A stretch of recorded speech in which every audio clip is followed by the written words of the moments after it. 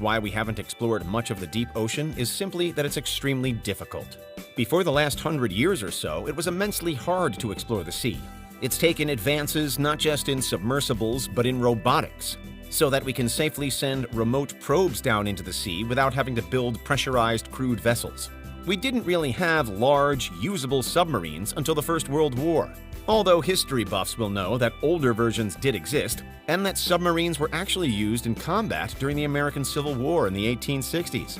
We also had to make do with bulky diving suits, developed in the early 18th century, as well as diving bells. Diving bells go further back, all the way to ancient Greece, and are still used today, but offer limited mobility compared to other means of exploring the ocean. A big motivator in the development of diving specifically was money. Humans have been diving since time immemorial. In some cultures, free diving is practiced to harvest resources such as sponges and pearls. In more modern time, diving expeditions have been conducted to salvage treasures from sunken ships. Today, we have many alternative means to gather resources, such as through industrial fishing and deep-sea trawlers. This means that diving has become increasingly a recreational activity. These days, ocean research only receives a small amount of public funding, in stark contrast to the time when undersea ventures could bring about massive profits. There is still money to be made from the sea, but only on large scales, and there's little diving required to do so. Plus, commercial ventures are often at odds with ocean research, which prioritizes conservation.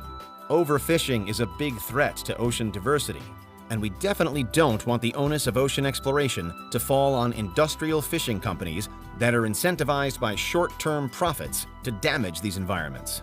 Ocean search organizations like NOAA, the National Oceanic and Atmospheric Administration in the US, are desperately underfunded. While even space research is arguably underfunded, ocean research is more so, and doesn't carry the public allure that space does. That's one of the reasons why we've famously only mapped 5% of the ocean in detail. Only a third of the seafloor around the US has been mapped with modern sonar. NOAA wants to explore the seas, but without more money, it's not going to be able to do so. There are still more reasons the oceans are mysterious, however, other than just a lack of funding and research. Put simply, the sea is dangerous. Being a fisher is one of the deadliest professions in the entire world, with some studies even putting it as the deadliest profession. And that's all down to the danger of the ocean itself. The big danger is the weather. Fishing in the tropics brings the risk of hurricanes, with high wind speeds and enormous waves. These can easily send fishers overboard, where the drowning risk is very high. Severe storms can also sink entire ships, not just because of the winds, but because of other phenomena, like waterspouts or whirlpools. Even underwater creatures aren't safe, with hurricanes affecting the seafloor.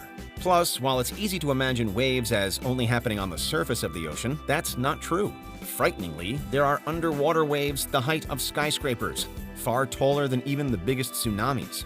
They break underwater too. This all combines to make underwater exploration very dangerous both above and below the surface. Finally, beyond the extreme weather, there's the pressure. The pressure in the deepest parts of the sea is strong enough to crush you instantly if you were suddenly exposed to it, which would certainly be an unpleasant way to go.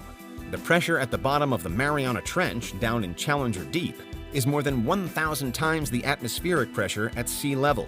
It's so intense that even some submersibles designed to weather these depths, like Nereus, have been destroyed by the pressure. There's the wildlife to consider too. While the sea creatures living at this depth have probably never seen a human before and may not recognize a human as either a threat or a potential food, there is always the chance that some deep-dwelling monster might attack.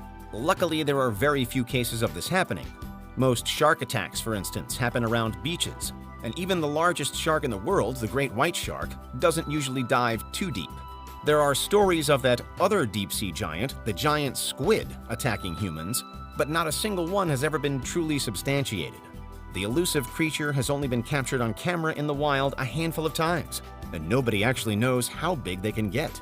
That's one reason why they're so mysterious, because they live so deep in the sea's twilight zone that they're hard to find. They don't usually come close to the surface at all. There are a handful of credible stories of cephalopods attacking humans, but these are often octopuses that have been provoked.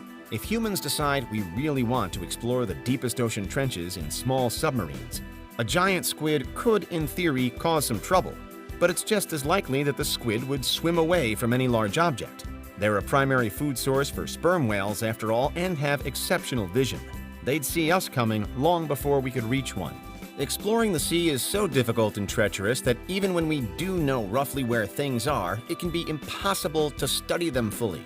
We know where Challenger Deep is, for instance, but almost nobody has seen it, and we still know very little about it. For a key example of just how difficult ocean exploration is, you need only look at shipwrecks. There's estimated to be as many as 3 million shipwrecks in the sea, going back thousands of years, with many of them unidentified. Among them are many missing ships that we've looked for, but have not been able to find. For instance, the Titanic is arguably the most famous shipwreck in the world, but the wreck wasn't found until 1985, 73 years after it sank in 1912. That's despite there being many survivors, a huge rescue effort, and people knowing exactly where it sank. There were many failed attempts at finding it before a French-American expedition successfully did so. In the end, it was found in 2 pieces and resting on an abyssal plain 12,500 feet below the surface.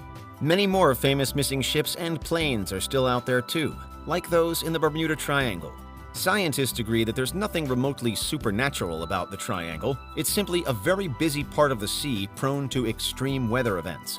But that doesn't mean that those missing ships aren't still worth investigating.